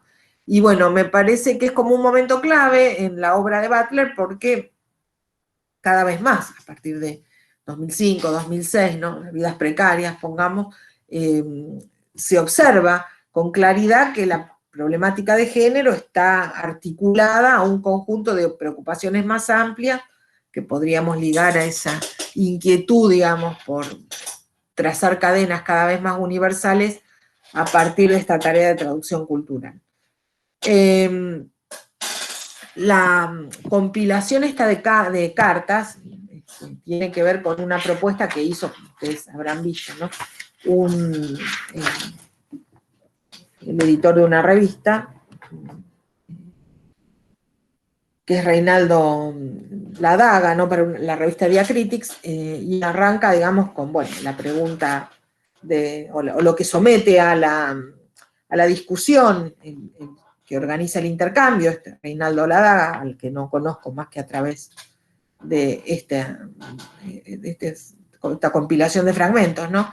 Que tiene que ver con pensar, digamos, el valor político del significante igualdad y cómo, básicamente, cómo se articula con el concepto de diferencia elaborado en la tradición postestructuralista, a la cual, bueno, ambos autores, ¿no? La Chloe Butler, reconocen como una línea conceptual que les ha aportado a su propia producción teórica, ¿no? Entonces, la primera cuestión que plantea Butler, que me interesaba señalar en la primera carta, no tiene que ver con la primera intervención, tiene que ver con la idea de inclusividad, ¿no? Dice Butler es que la inclusividad es un ideal irrealizable, ¿no? Y que de hecho su irrealizabilidad, es difícil de pronunciar esto, gobierna, digamos, la manera en que se articula el proyecto democrático radical. Digamos. Es como una especie de horizonte utópico, si ustedes quieren, que se reconoce como irrealizable, pero que al mismo tiempo atraviesa la configuración de un proyecto democrático radical, ¿no? Y que justamente, además, la inclusividad está constituida y comprometida en sus propias condiciones de imposibilidad, justamente para darse esa tarea de avanzar en el camino de su realización, ¿no? Es la posibilidad de asumir que es imposible, digamos, como el modo en que la inclusividad puede avanzar en el camino de su propia realización, ¿no? Y en este sentido, la otra cuestión que plantea Butler, que también es muy interesante, es la idea de que la igualdad procedería antidemocráticamente si pretendiera establecer de antemano quiénes podrían hacer uso de ese reclamo, de esa reivindicación, ¿no? La igualdad sería antidemocrática si, podríamos decir, retomando la fórmula de Laclau, pretendiera establecer de antemano los eslabones de la cadena equivalencial de reivindicaciones que acudirían al concepto de igualdad para, digamos, hacerse audibles, ¿no?, en el espacio de la política. Por lo tanto, la igualdad, podríamos decir, procede siempre con una gran cuota de incertidumbre acerca de la potencialidad, digamos, articuladora que contiene como concepto y como proyecto, ¿no? Porque siempre queda abierta la posibilidad de que se sume algún reclamo formulado en esa lógica o a la inversa, ¿no?, que una porción de esos eslabones que se encadenaron a través de ese concepto se disuelva o se caiga en el camino, ¿no? Y por otra parte, el otro elemento que también me parecía interesante tomar es la idea esta que, bueno, hay ciertas inclusiones que son necesarias, podríamos decir, que son exclusiones sin las cuales no puede operar una forma de articulación política y que tienen que ver con el modo en que siempre hay un exterior constitutivo que define, digamos, la estructura, ¿no?, de esa cadena de articulaciones posibles, en este caso estructuradas en torno al concepto de igualdad, ¿no? Este concepto de exterior constitutivo es clave para pensar una serie de planteos, algunos ya los hemos estado viendo, el propio Laclau, Mouffe, Butler, y los vamos a seguir viendo incluso en esta unidad cuando trabajemos, por ejemplo, Espósito, ¿no es cierto? O el propio Agamben más adelante, cuando trabajemos soberanía, excepción, ¿no es cierto? Entonces, hay ciertas exclusiones que son necesarias para el funcionamiento de la política porque definen un exterior constitutivo sin el cual esas cadenas, digamos, de demandas articuladas políticamente no podrían funcionar. ¿Cómo le responden Laclau a Butler, ¿no?, en relación a estos planteos que quedan sentados en la primera intervención? Laclau reconoce, ¿no es cierto?, que la proliferación de las diferencias es la condición para la expansión de la lógica de la igualdad. Digamos. Cuanto mayor cantidad de diferencias se multipliquen, digamos, en el espacio político, más posibilidades tendrá la lógica de la igualdad de expandir, digamos, sus potencialidades. Teniendo en cuenta que la igualdad, por otra parte, para Laclau, se define como una manera de organizar la diferencia. Es decir, la igualdad tiene que ver con la noción esta de lógica equivalencial. La igualdad es el modo en que todas esas diferencias son consideradas con un valor equivalente, ¿no? Una manera de organizar las diferencias en el sentido de plantear la equivalencia de reivindicaciones diferentes, todas igual, con la misma legitimidad de reclamar, digamos, la consecución, digamos, de sus objetivos, de sus metas, de sus reivindicaciones en el marco de una cadena en la cual todos los eslabones tendrían, digamos, el mismo peso específico, si ustedes quieren, ¿no? Y esa forma particular de gestionar la diferencia, que es la igualdad, está ligada a esos contextos de luchas múltiples, ¿no? Esas sociedades en las cuales, como ya habíamos visto, que planteaban Laclau y Mouffe en Hegemonía y Estrategia Socialista, se multiplican las diferencias, sí, y por lo tanto, digamos, las luchas son múltiples. Bueno, la igualdad no puede sino funcionar de esta manera, ¿no? Como una lógica de organización de las diferencias, en un escenario en el cual hay múltiples luchas, cada una de las cuales reivindica, plantea una reivindicación singular, ¿no es cierto? Pero al mismo tiempo aspira a que esa reivindicación singular tenga el mismo tratamiento que las otras reivindicaciones que aparecen en ese escenario de luchas políticas. Y respecto a esa otra cuestión que planteaba Butler, ¿no? Bueno, todas las demandas, para empezar, son anticipables las demandas que van a poblar el escenario político, y en segundo lugar, es deseable que todas las demandas, digamos, se articulen en la misma cadena. No hay alguna forma, digamos, de exclusión que sea necesaria, como plantea Butler, y efectivamente Laclau responde que la exclusión es inevitable porque está inscripta en la estructura misma de la decisión, ¿no es cierto? La estructura de cualquier toma de decisión implica, que como decía antes, ¿no? Se inscribe en un terreno indecidible y que tiene que ver con la lógica de la hegemonía, implica alguna forma de exclusión, implica alguna forma de partición que deja fuera algo, y que por otra parte, digamos, es una forma de trazar límites absolutamente contingente, precaria, ¿no es cierto? Que no quiere decir que esos límites se mantengan de la misma manera y para siempre, pero es indudable que la exclusión es un elemento constitutivo de la estructura de la toma de decisiones, ¿no? Y por otra parte, está también ligada, como dice Laclau, a la estructuración de lo social, que justamente, como veíamos al principio, ¿no? Lo político es el momento de estructuración de lo social, porque define un ámbito, digamos, de luchas contra la opresión que implica, digamos, tomar decisiones en un terreno indecidible. En relación a esta idea de contingencia, decisión, contexto, ¿qué plantea Butler, ¿no? en la devolución que hace a esta intervención de Laclau? Bueno, por un lado esta cuestión, ¿no?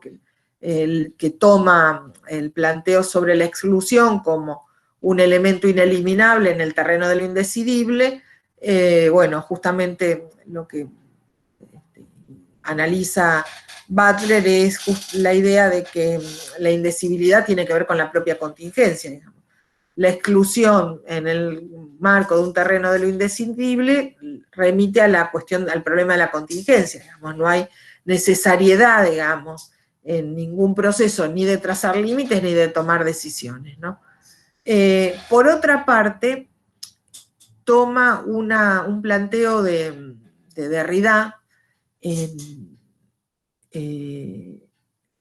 un artículo que se llama Firma, esperen que busco, no me puedo acordar, que nosotros lo trabajábamos en otros programas de la materia, esperen que... Firma, acontecimiento y contexto, márgenes de la filosofía, se llama el libro. Nosotros lo trabajábamos, por lo tanto, si les interesa, seguramente Ali lo debe tener en PDF, así que si alguno lo quiere, se lo mandamos. Lo que dice, lo que plantea Butler, retomando a Derrida, es, bueno, esta crítica, ¿no?, que aparece en ese articulito muy breve acerca de la cuestión del contexto, ¿no? La contingencia ligada al contexto. Bueno, no hay necesariedad porque en definitiva las situaciones, digamos, en las cuales se requiere tomar decisiones en un terreno indecidible están moduladas y modeladas en relación al contexto, ¿no? Y la crítica que hace Derrida es que la figura del contexto muchas veces lo único que hace es duplicar el problema, digamos, de la necesidad de dotar de algún anclaje, ¿no?, al proceso de toma de decisiones. Si ustedes quieren una forma extrema, podríamos decir la necesidad de encontrar algún fundamento, aunque sea precario, ¿no? Y entonces lo que introduce, digamos, retomando la idea de Derrida, es que, digamos, esta doble relación, ¿no?, entre contextos producidos por las decisiones y decisiones tomadas en contexto. En realidad, las luchas políticas están marcadas por esta relación de doble bin, si ustedes quieren, ¿no? Los contextos son producidos por las decisiones y las decisiones están tomadas en contexto, ¿no? Y por lo tanto, la cuestión de la contingencia tiene que ser muy cuidadosa en el modo en que se relaciona con el tema del contexto, justamente para no solapadamente intentar ubicar en el lugar del fundamento algo como la figura del contexto, apelada, digamos, para introducir algún elemento de justificación que sea, bueno, incuestionable, ¿no?, más firme para entender el proceso de toma de decisiones. La otra cuestión que plantea Butler tiene que ver con el campo de las diferencias, ¿no? Cómo trabajar con las diferencias, ¿no? Cómo pensar el campo de las diferencias a través de un análisis que intente, bueno, ver el juego de las diferencias como algo que subvierte las fronteras rígidas, no desarma, pero bueno, las pone en jaque a estas fronteras que se trazan a la hora de definir las diferencias, ¿no? Y en relación a esto, plantea que la política, digamos, implica un doble juego, de ruptura y expansión de las cadenas de equivalencia, ¿no? Dado que las diferencias, digamos, trabajan con la subversión de fronteras, sobre todo fronteras en relación a las fórmulas identitarias de cualquier índole, ¿no? Étnica, sexogenérica, etaria, ¿no? La política siempre, digamos, se maneja en ese doble juego de ruptura y expansión de las cadenas de equivalencia, digamos, ruptura porque, bueno, desarma un poco esa frontera, y expansión porque en ese movimiento de subversión se generan nuevas fórmulas identitarias que permiten expandir las cadenas de la equivalencia. Esto siempre se produce, como dicen tanto Butler como Laclau, en el marco de una contingencia radical, ¿no?, que tiene que ver con la idea de del carácter. Esto también lo vimos en relación a Derrida, la idea esta del carácter, digamos, siempre fallido de la estructura, ¿no? ¿Se acuerdan que decíamos que para Derrida la estructuralidad de la estructura pasa por la ausencia de centro, ¿no? La idea de una, digamos, lógica descentrada que siempre implica, digamos, límites difusos y digamos, marca el funcionamiento de una totalidad fallida. Bueno, eso es lo que permite, digamos, pensar en la contingencia radical, sobre todo en relación al juego de la política, ¿no? En un contexto parcialmente desestructurado, como dice Butler, en el cual la relación entre lo necesario y lo contingente, digamos, solo, digamos, habilita la posibilidad de que esa estructuración fallida se refiera a sí misma como su propia fuente, ¿no? Que no busque por afuera de ella un elemento que la justifique, ¿no? En el marco de esta contingencia radical, esa estructuración fallida, y podríamos pensar lo social, ¿no?, como una estructuración fallida, vuelve, digamos, imprescindible, ¿no?, trazar esa diferencia entre lo necesario y lo contingente a partir del propio funcionamiento de esa estructuración fallida, sin posibilidades de apelar a algún elemento externo para explicar su funcionamiento. Y por otra parte, en relación a la cuestión, digamos, el vínculo, ¿no?, entre contexto y límite, ¿no?, que tiene que ver con también otra forma de pensar la contingencia y pensar la política en un escenario situado, lo que va a plantear Butler es que entre el contexto y límite, lo que hay es una frontera evanescente, ¿no?, a partir de la cual un objeto se muestra a través de la imposibilidad de su representación adecuada, ¿no? Esto también aparece en Laclau, aparece en el texto de Marchart que ustedes ya trabajaron. ¿Se acuerdan cuando Marchart hace referencia, digamos, al carácter estructural de la estructura, ¿no?, como totalidad fallida, que se hace presente a través de sus efectos, digamos, en sí misma la estructura no es irrepresentable, y en ese sentido, digamos, se hace presente a través de su ausencia, ¿no?, a través, como la figura del fundamento. Por otra parte, la figura del fundamento siempre está dando cuenta de una representación inadecuada, porque el fundamento con mayúscula es digamos, marca las condiciones de una imposibilidad, ¿no es cierto? Y por lo tanto siempre se representa de manera inadecuada a través de sustitutos precarios. En este sentido, ¿no?, la respuesta que propone Laclau tiene que ver con el modo en que retoma la cuestión de la identidad.